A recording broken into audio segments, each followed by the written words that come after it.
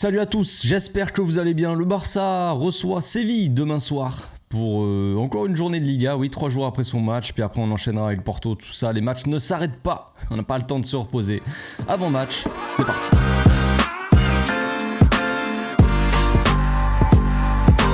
Au passage, n'hésite pas à nous rejoindre si c'est pas encore fait et à partager la chaîne autour de toi, ça fera plaisir à tonton. Le Barça reçoit donc Séville et le Barça se retrouve donc 3ème après la victoire du Real contre Las Palmas et la victoire de Girone. Girone qui est assez incroyable cette saison, franchement, qui est sur la continuité en fait de ce qu'il faisait la saison dernière, mais qui a une équipe vraiment, un coach, tout ça, un jeu intéressant, donc voilà, c'est magnifique. Il y a Eric Garcia d'ailleurs qui a marqué la dernière fois, Eric Garcia qui fait un bon prêt.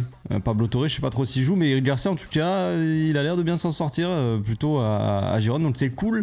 Las Palmas aussi, il y a notre bon vieux Julian Araujo qui s'en sort aussi plutôt pas mal. Voilà, c'était histoire de parler un petit peu de nos joueurs prêtés. Donc on va parler un petit peu plus du Barça et de Séville. Donc le Barça, on vit des moments un peu compliqués, même si finalement on avait fait 6 victoires d'affilée en fait. Fait 6 victoires d'affilée avec des matchs certes certains plus compliqués que d'autres évidemment, surtout en début de championnat. On a vu le point commun entre les matchs compliqués généralement, c'est quand on joue face à des bus. Est-ce que Séville va poser le bus? C'est ça la grande question. Je sais pas si c'est la mode en ce moment, je pense pas en soi, je l'espère en tout cas. Je pense que Séville va jouer un peu plus haut, va venir nous presser un peu plus haut, tout ça va venir nous embêter parce que Séville, mine de rien, c'est pas une mauvaise équipe. Alors évidemment ils ont des résultats un peu en dents de scie, c'est pas très stable, ils ont pas beaucoup de victoires, ils se retrouvent quand même je crois 12e ou 13e, je crois 12e Séville, donc c'est pas fou, mais ils ont quand même fait des bons matchs cette saison. Ils ont fait quand même une bonne finale face à City, je crois, en Coupe d'Europe, là, en Super Coupe d'Europe. Donc ils ont sorti des matchs intéressants. Séville, ils ont une bonne équipe, ils ont des bons joueurs, ça joue plutôt pas mal.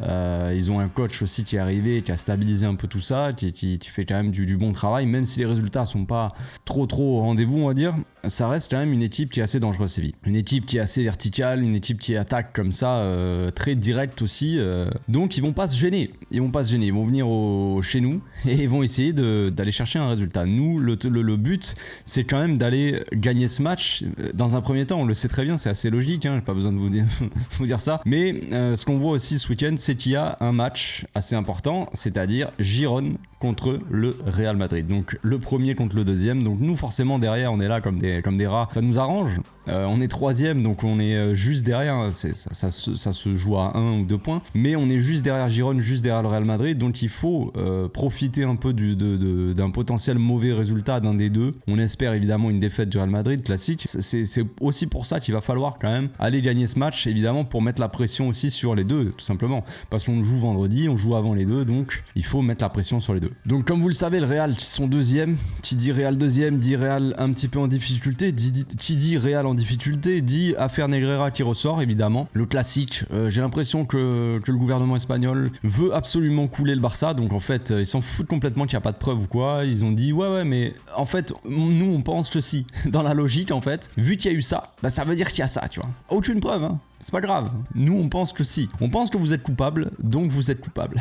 Donc on va voir où ça va nous mener toute cette affaire de Negreira, mais de toute façon on sait très bien que l'État espagnol, voilà, tout ce qui est madrilène, tout ça, ils veulent nous la mettre concrètement, donc au bout d'un moment je pense qu'on va se la prendre tout simplement, et puis on verra bien comment ça va se passer. Ça risque d'être compliqué évidemment. Ça risque d'être compliqué pour nous, ça risque d'être compliqué pour tout le monde en fait, parce que ça n'arrange pas non plus la Liga, ça n'arrange pas le gouvernement espagnol, tout ça. Ils veulent continuer, ils veulent mettre de l'huile sur le feu, on va dire, parce que c'est plus que du football, on le sait, les classicos, tout ça, mais là c'est pareil, c'est un classico, mais dans les plus hautes sphères, tu vois, en mode politique plutôt, et ça va partir en cacahuète cette histoire, parce que évidemment tu nuis au Barça, c'est cool, mais après ça nuit au Barça, à la Catalogne qui va, ça va faire toutes des histoires encore, ça va pas bien se passer les gars, ça va pas bien se passer, sachant que le Barcelone est une des villes les plus touristiques d'Espagne et qu'elle rapporte énormément d'argent au gouvernement espagnol. Il ferait mieux de se la fermer un petit peu. Enfin bref, on va parler un peu football quand même. Donc le Barça se retrouve dans une situation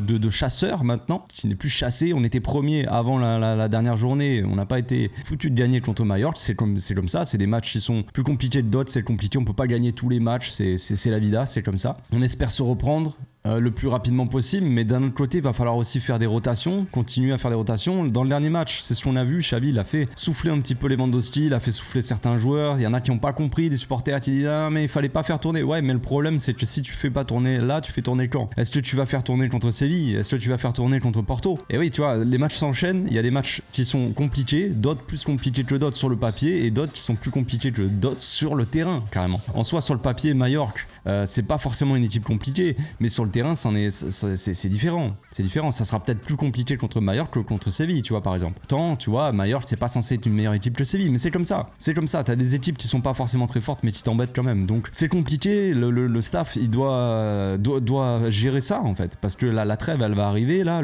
du 9 au 17 octobre. Donc encore la trêve, encore des joueurs qui vont aller avec leur sélection, qui vont jouer. On sait que le Barça c'est une des équipes d'Europe où il y a le plus de joueurs qui est sélectionné avec leur pays, donc il y a plus de chances encore de se blesser, c'est vraiment super. On a Frenkie qui est blessé, on a Pedri qui est blessé, c'est génial. C'est génial. Déjà qu'on a des problèmes un petit peu, on n'est pas assez constant, assez régulier dans le jeu en termes de production de football, mais en plus de ça, t'as nos milieux de terrain créateurs, vraiment ceux qui stabilisent l'équipe, qui font le jeu du Barça, qui se blessent.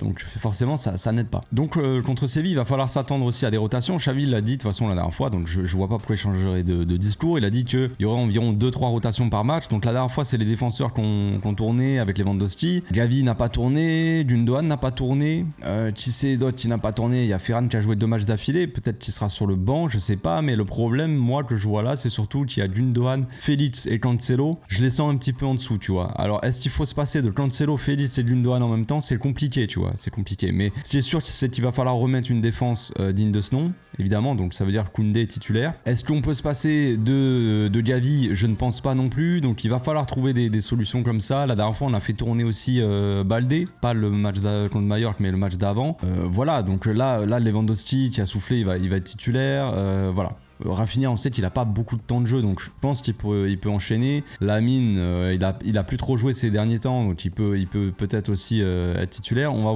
voir ça, mais ça va être encore une fois compliqué. Cette fois-ci, l'avantage qu'on a, c'est qu'on est quand même, on va dire, à domicile. À la maison, on sait qu'à la maison, ça se passe quand même un peu mieux. On a fait des matchs plutôt sympathiques à la maison maintenant. Voilà, c'est pas uniquement le fait d'être à la maison qui fait qu'on fait des matchs sympathiques. C'est aussi que c'est la physionomie du match, c'est les automatismes, arriver à créer quelque chose dans le match, que les joueurs arrivent à se trouver, arrivent à trouver des circuits de passe, qu'on arrive à se faciliter aussi et surtout éviter de donner des buts pour se faire tuer, pour flinguer nos matchs, tout simplement, et éviter de se faire tuer en contre-attaque. On le sait, Séville, c'est comme je l'ai dit tout à l'heure, c'est une équipe assez verticale, assez directe. Attention au contre-attaque. Attention au contre-attaque. On le sait, il va falloir trouver une solution. Xavi, je pense qu'il en est conscient. Il l'a dit en conférence de presse. Il a parlé un peu de notre problème. C'est pas forcément l'attaque, parce qu'on sait créer des occasions contre Majorque, même si on n'a pas été très efficace. Mais en ce début de saison, quand on regarde un peu les stats, on voit quand même que le Barça est un peu plus efficace que la saison dernière, même si on marque moins et qu'on se crée peut-être moins d'occasions.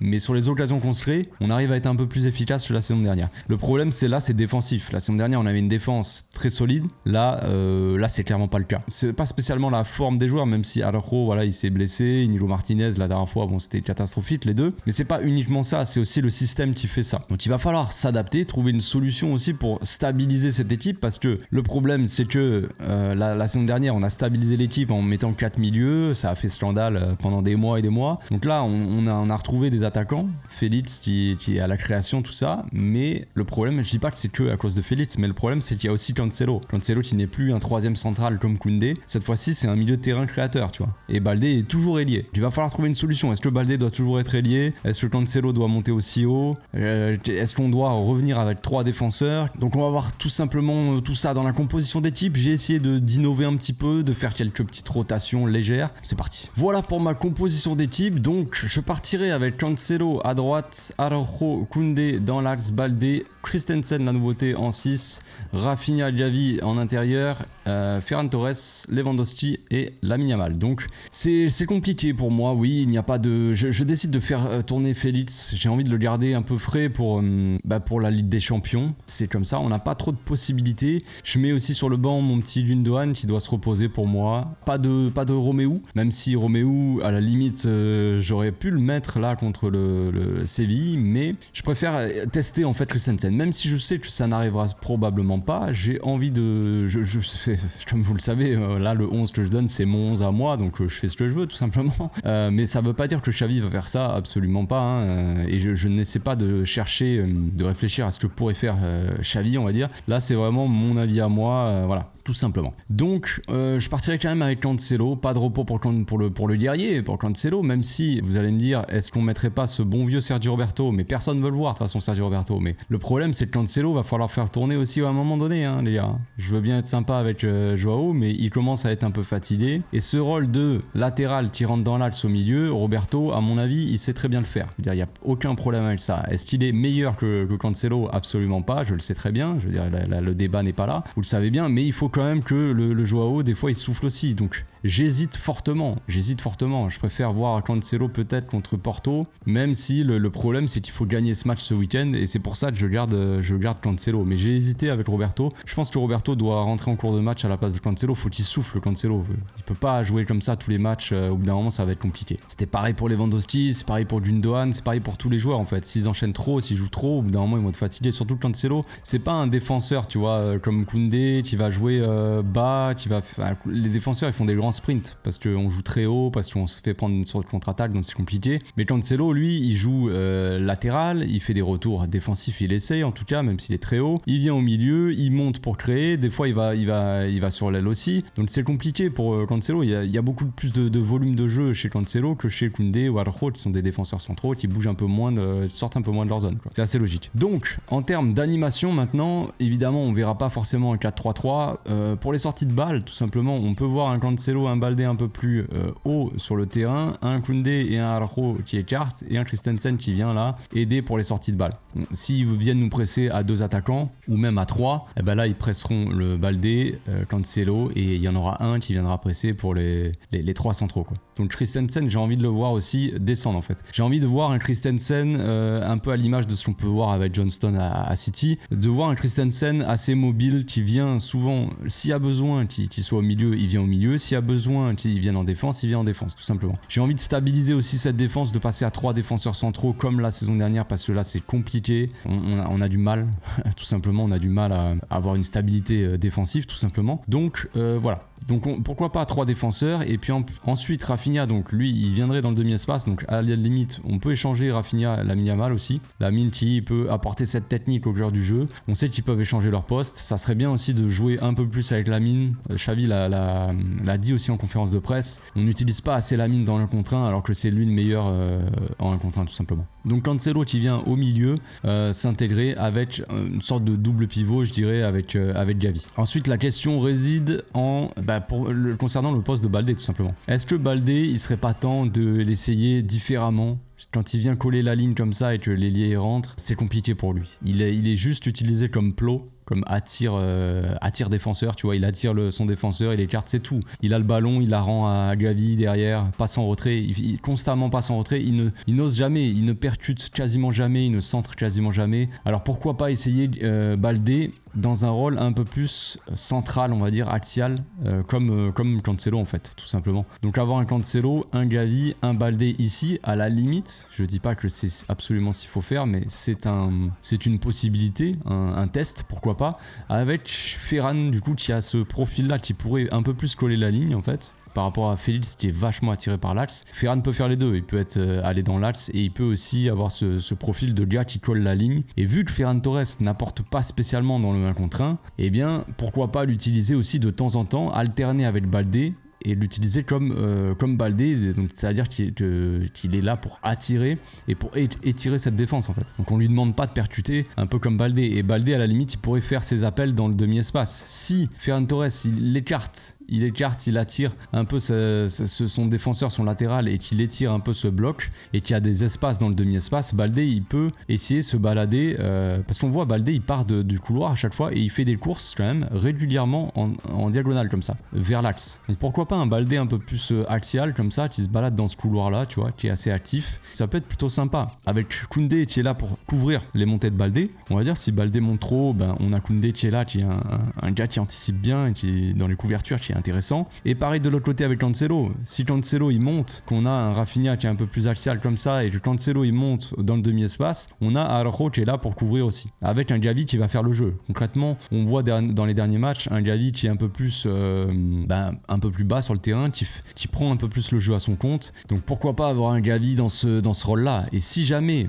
comme je l'ai dit tout à l'heure, si jamais on a par exemple un truc comme ça, tac, on a Baldé qui prend le couloir, Ferran Torres qui est rentré dans l'axe, une version un peu plus offensive du Barça avec un Gavi qui vient un peu plus dans cette zone-là, on peut avoir Christensen qui vient en soutien, tac, tu vois, à ce moment-là. Le moment, tu vois, sorte d'animation comme ça, de mouvement où on passe de 3 centraux pour sortir les ballons pour la relance, et puis ensuite, une fois qu'on est vraiment installé, parce que c'est ça notre problème aussi concrètement en ce moment, c'est qu'on n'arrive pas à se mettre en place. Et qu'on est tellement impatient et on n'arrive tellement pas à se mettre en place comme il faut qu'on subit vachement sur les contre-attaques parce qu'on n'est pas encore en place en fait. Donc une fois qu'on est en place, une fois qu'on est vraiment très offensif avec tous nos 5 offensifs et au lieu de jouer en 2-3-5, voilà, on passe du 3-2-5 on va dire à d'un coup 2-3-5 avec Christensen qui vient au milieu comme ça apporter son soutien et les deux arrières qui resserrent un petit peu avec un Gavi, un Cancelo qui s'écarte un petit peu plus, tu vois.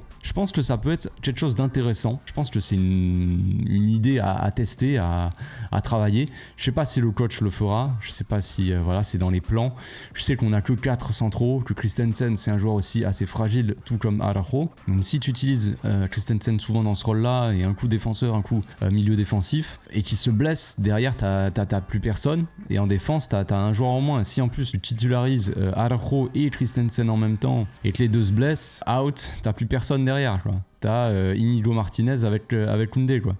Et t'as plus d'autres solutions derrière. Tu mets qui ? C'est compliqué. Donc c'est un risque en termes de blessures, mais en termes d'animation et de profil de joueur, je trouve ça assez intéressant. Je sais pas ce que vous en pensez, dites-moi dans les commentaires. Voilà, c'est tout pour aujourd'hui. Je pense que j'ai fait le tour les amis. On se retrouve demain pour le live d'avant-match. Donc le match est à 21h. On se retrouve à 20h sur YouTube, 1 heure avant. On va discuter un petit peu de la compo, tout ça. Voilà, on va se mettre bien. Dans une ambiance assez détente, on va essayer en tout cas. Puis après, on se retrouve pour le débrief. Donc d'ici là, portez-vous bien, passez une très bonne journée. À demain. Ciao.